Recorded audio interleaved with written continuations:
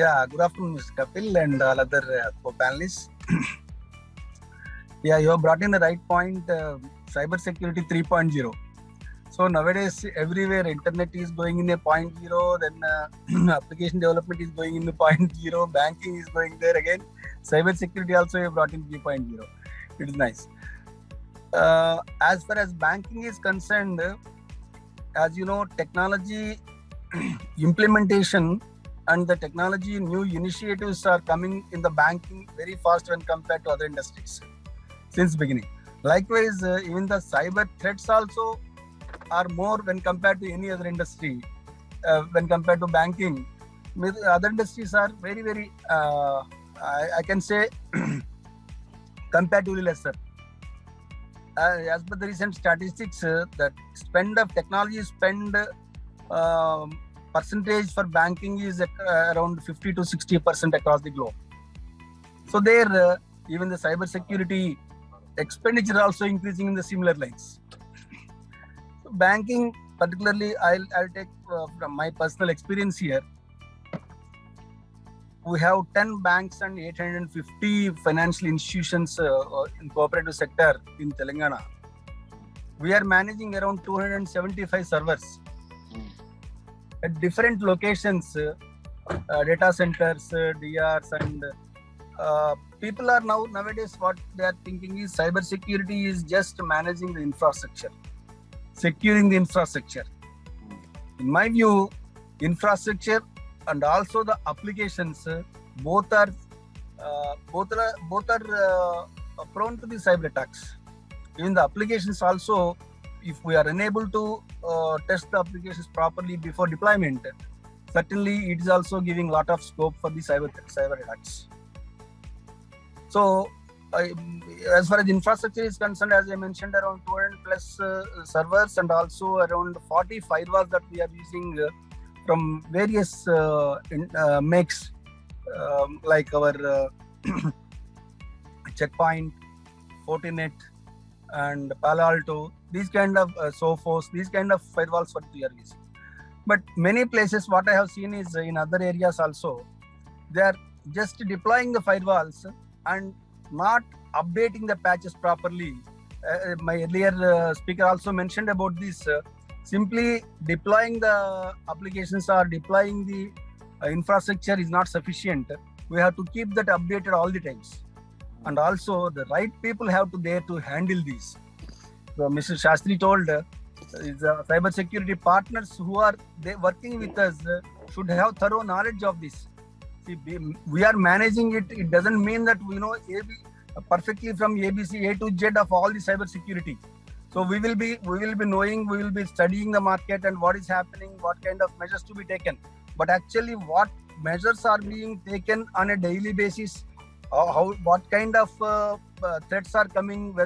What kind of vulnerabilities are there in our entire system, and our applications, whether those are being tested properly or not. And foremost point is, the other day I have seen in the newspaper that Reserve Bank and regulators are coming out that whatever loss is happening to the customer because of the cyber attacks, bank has to reimburse. So here, that is a major challenge that the banks are going to face hereafter. It is customers' innocence or customers' ignorance. He might miss something, but regulators are telling that banks are responsible for it. You have to make all the arrangements, all the security measures you have to take, and you have to ensure that customer transaction, whether on the digital channel or physical, whatever it is, that is the responsibility of the bank. Here a lot of challenges banks are going to face. My view on this is that, see, here two big stalwarts are there, one from State Bank of India and another from Kotak Mahindra Bank.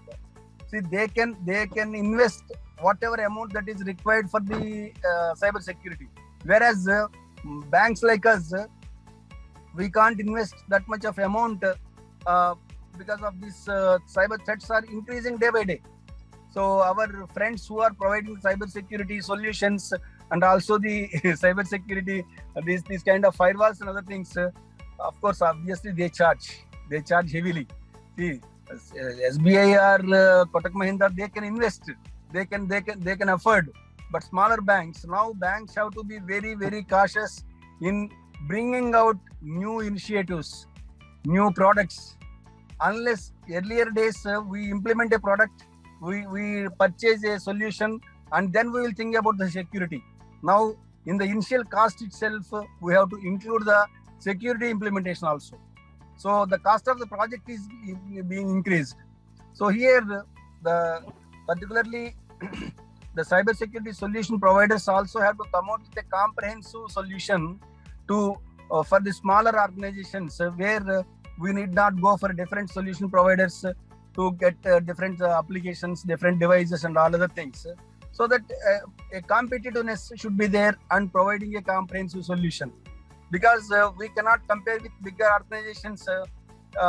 They may come out with different solutions for one digital banking, one mobile banking. They can come out with a separate solution. One UPI they can come out, one RTGS they can come out differently. But we can't afford. So there, though I have implemented cybersecurity operations center here, every day my life is always ticking. So I don't know at what time the attack may come. So what kind of vulnerability I have. So every day the Microsoft and other operating systems are getting updated. What kind of issues those are coming. So whether the patches will come on time or not, whether my cybersecurity solution provider, whether he has identified those problems or not, whether he is giving patches in his solution or not. So here, automation is going to be a big challenge. Unless these processes are automated totally, people like us cannot sleep peacefully.